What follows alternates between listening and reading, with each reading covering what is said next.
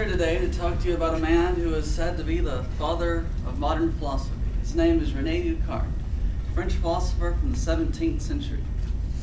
He was, according to from the European Graduate School website, he was born in 1596 near Tours, France. And a fun fact about Descartes, according to from Socrates' Sartre, a philosophical quest, he was known as a sleeping philosopher, for he slept a lot. His recommendation to any serious philosopher: idleness. He challenged the way people at the time thought about mathematics and philosophy. His contribution to math is probably one of the most well-known of his writings. When I show you this, you all will probably know it right away. He invented this thing. That's the Cartesian coordinate plane, with its y's and its x's and its in between x and y areas. He believed that math was set up in two phases: intuition, knowledge of stuff, and deduction, using rationalism to figure out what all that stuff means. He believed that with math you can unify all the sciences, a revolutionary idea in the 17th century. And he believed math to be certain, and we'll see why in his contributions to the field of epistemology, which, according to the Cartesian Introduction to Philosophy, epistemology is the theory of knowledge. It's a field of philosophy that asks questions like, can we know anything? What can we know? What is knowledge? What's this whole thing all about?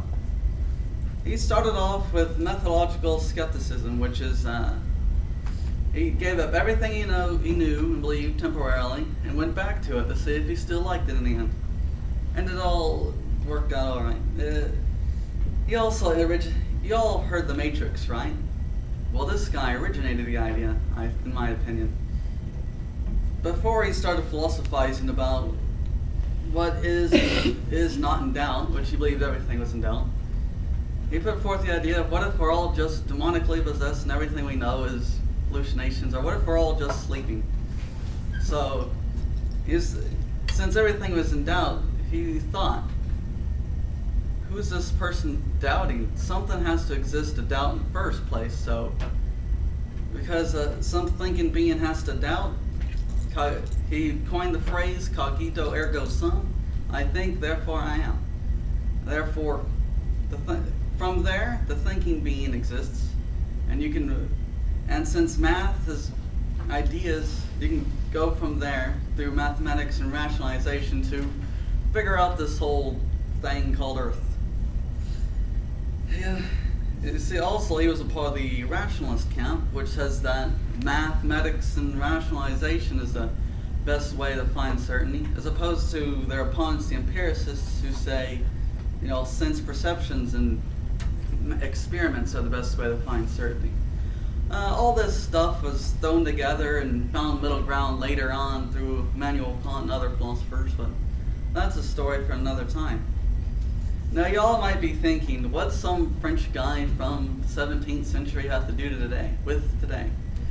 His contributions to math, and specifically geometry, have made geometry what it is today. Without geometry, we'd be in trouble. And his contributions to epistemology, the theory of knowledge, can be applied to daily life. And that if you don't use intuition, the knowledge of facts, you just start off with deduction, then you're just arguing without knowing what the heck you're talking about. And if you just use intuition without no deduction, you're just throwing facts at people. If you're in a debate type situation, you're not really figuring anything out. So it may seem like common sense, but it was revolutionary at the time. He was a cool guy from way back when. He started this without his contributions to modern philosophy professors might be in trouble, because all they have to talk about is Greeks.